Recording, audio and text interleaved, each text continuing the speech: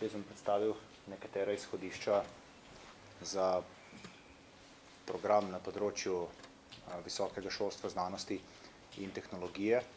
Pri tem bom zelo kratek, kajti na tem področju načrtujemo 15 ključnih ukrepov na področju visokega šolstva in pa 8 ključnih ukrepov na področju znanosti in tehnologije. Jaz bom v naslednjih nekaj minutah na kratko predstavil povzetek te naše vizije, dokument z bolj natančno opredeljenimi ukrepi, pa boste lahko kasneje našli na spletni strani sds.si. Kateri so tisti ključni poudarki našega področja?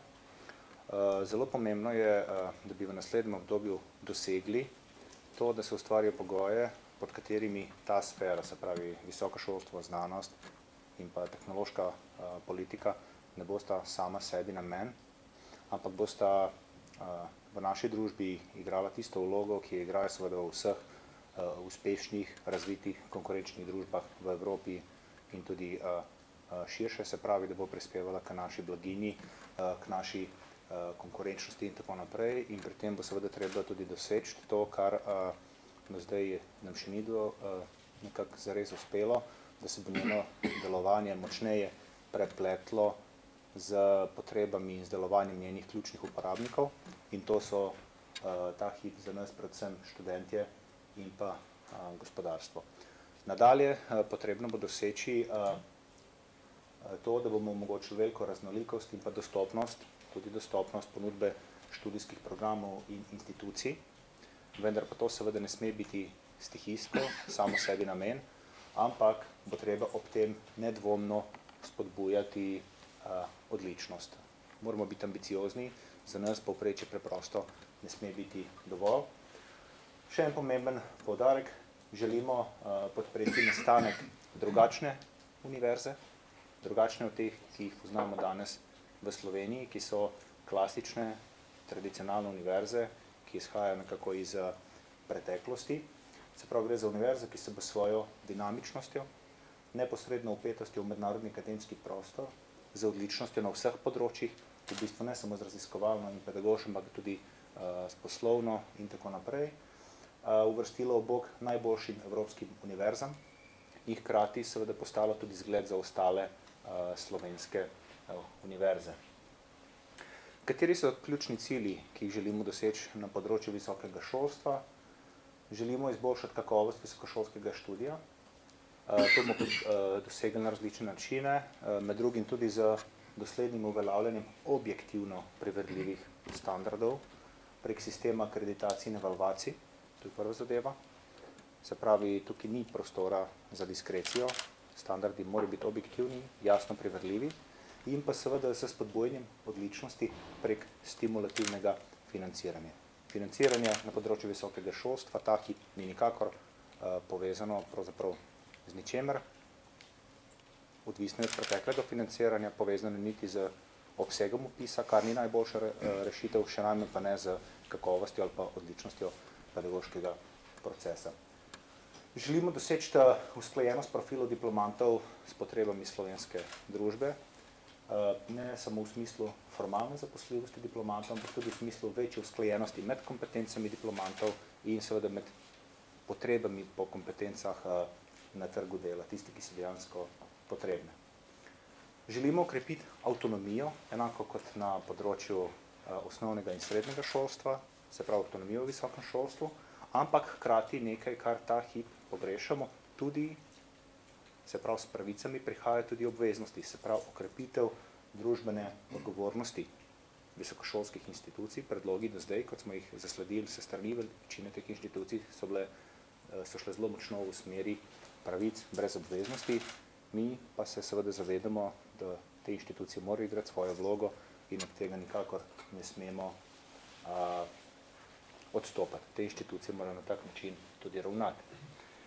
Treba je seveda povečati učinkovitost visokošolskega študija. Vpis v Sloveniji, vemo, na terciarno raven je zelo visok, osip je gromozanski, trajanje študija v letih je zelo dolgo in mi želimo doseči, da se skrajša čas od vpisa do uspešnega zaključka, pa seveda tudi uspešnega vstopa na trg dela. Zelo pomembno je tudi to, da zagotovimo dostopnost visokošolskega študija. Ne sme se zgoditi, da nekdo v Sloveniji ne bi mogel iti študirati neko ustrezno smer, zaradi tega, ker mu to ne omogočajo njegove socialne razmere, kraj bivanja ali kakršnekoli druge posebne okoliščine. Zelo pomembna točka je tudi internacionalizacija na različnih področjih. Te internacionalizacije se v Sloveniji ni nihče zares lotil, niti pri pridobivanju študentov iz tujine, ti deleži so grozljivo nizki, niti na področju, ki je pa pravzaprav lažje, na področju pedagoškega in raziskovalnega kadra. Če pogledate strukturo v slovenskem visokem šolstvu, glede na to, odkot ta kader izvira, vidimo, da smo zelo lokalistično usmerjeni, popolnoma v nasprotju ne samo z najboljšimi, celo z povprečnimi univerzami iz evropskega prostora, kjer imate zelo znatne deleže kadra iz različnih držav. Pri nas pa se to zaenkrat še ni zgodilo, kljub temu, da bi na tem področju skoraj brez stroškov to v resnici lahko dosegli. Samo morali bi biti odprti in meritokratski. In seveda želimo doseči to, da namesto razdrobljenosti in zaprtosti, da bi v večji meri prihajalo do medsebojnega sodelovanja in pa do iskanja sinergij. Ta hip to sam odnos visokošolskih partnerjev v resnici onemogoča. Tudi na področju znanosti smo si zastavili kar nekaj ključnih ciljev. V prvi vrsti je treba izboljšati kakovost slovenske znanosti v svetovnem merilu, ki kljub kar nekaj sredstvom, ki so v to znanost vložena, se pravi z izplenom teh sredstev ne moramo biti zadovoljni. To kakovost želimo doseči z doslednim uveljavljanjem mednarodno primerljivih standardov. Ta hip se to še vedno pogosto počne, se pravi financiranje znanosti malce po domače, in pa se spodbujanjem odličnosti, znova za uvajanjem stimulativnega financiranja, ki je vezano na objektivno preverljive kriterije kakovosti znanstvenega raziskovanja. Želimo doseči povezovanje in močnejšo integracijo znanstveno-raziskovalnega dela, ki poteka v različnih tipih organizacij. Ta hip je to delo zelo slabo povezano. In želimo tudi povečati delež z namenom povečanja konkurence, javno financiranega znanstvenega raziskovanja, se pravi, ki poteka izven okvira univerz in pa teh velikih javnih inštitutov. Še posebej pa je potrebno poudariti povezljivost znanstvenega dela s potrebami gospodarstva in drugih uporabnikov znanja. V Sloveniji imamo kljub veliki krizi kar nekaj podjetij, ki imajo nastavljene, ki imajo že razvite ali pa ki razvijajo razvojne oddelke in kjer obstaja velika potreba in želja po postavitvi tega tipa sodelovanja. Težava je ta, da na drugi strani, pravzaprav zaradi sistema financiranja, pogosto ni preprosto motivacije za tak tip sodelovanja. Zakaj? Ker ljudje iz gospodarstva so seveda zahtevni partnerji. So zahtevni partnerji, z njimi je težko sodelovati in če imaš seveda sistem financiranja narejen tako, da te k temu ne spodbuja, boš raje ostal ujet v svoj varni inštitut, prejemal plačo, delal, kar želiš delati, država in gospodarstvo pod tega seveda kaj dosti nimata. Želimo doseči tudi absolutno povečanje javnih sredstev za financiranje znanstveno-raziskovalnega dela. To pa seveda ne sme biti samo sebi namen. Izplen se mora znatno povečati. Kar je zelo pomembno, želimo doseči kot na področju visokega šolstva, tudi na področju znanosti, zelo močno internacionalizacijo te znanosti.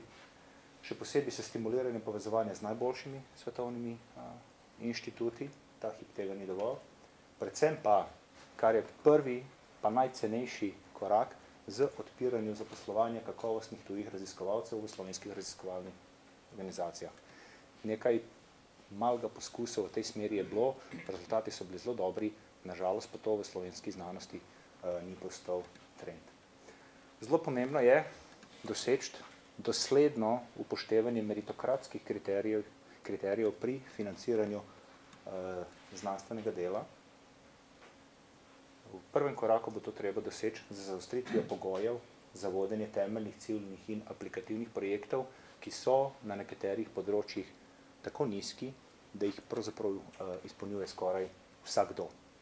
Mislim, da vemo, da tako stanje ni normalno in nekako ni vzdržno, še posebej, ker v naslednji fazi seveda pa imamo arbitrarne ocenjevalce, ki potem zelo pogosto, mi smo te rezultate več kot že leta analizirali, se zgodi seveda, da pa z arbitrarno oceno lažje prihajajo do sredstev raziskovalci, ki komaj izpolnijo take slabe boge kriterije. In seveda treba je ukrepiti mehanizme nadzora nad pravilnostjo porabe proračunskih sredstev.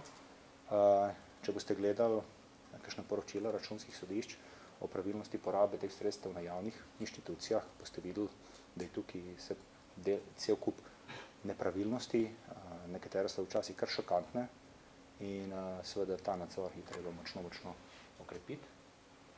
Bom zaključil še s ključnimi cilji na področju tehnologije. Treba je povečati dodano vrednost s hitrejšim dvosmernim pretokom znanja, o tem se pri nas premalo govori, dela pa se res skoraj nič. Mehanizmov je več, glaven za to so recimo lahko kadri, se pravi, treba je spodbujati prehod v obstoječe podjetja, nekaj tega je zdaj se poskuša, ampak na slab način, predvsem pa za spodbujanjem znanstvenega pa univerzitetnega podjetništva spin-offa, to, kar se dela v okrog vseh najboljših univerz na tem svetu, imate grozde high-tech podjetij. V Cambridgeu, v Oxfordu, da ne govorimo o Silicon Valley, po Nemčiji in tako naprej. Tega pri nas ni, ker ni nihče za to motiviran, celo nasprotno. Univerze, inštituti to pogosto celo onemogočajo, dajo omejitve svojim raziskovalcem. Treba je povečati sredstva za tehnološki razvoj, poti do tega je več. Tukaj imamo v mislih še posebej čim večji izkoristek sredstev EU za razvoj visokotehnoloških podjetij, predvsem pa treba poenostaviti tudi domače administrativne postopke, ki so včasih že kar malce smešni in neživljenjski. In seveda treba je ukrepiti povezave med raziskovalnimi, izobraževalnimi inštitucijami in pa industrijo. Se opravičujem, če sem bil malce predolg, ampak področje je res obsežno, ukrepov je veliko, mogoče kaj več, če bomo šli do kakšno vprašanje. Hvala lepa.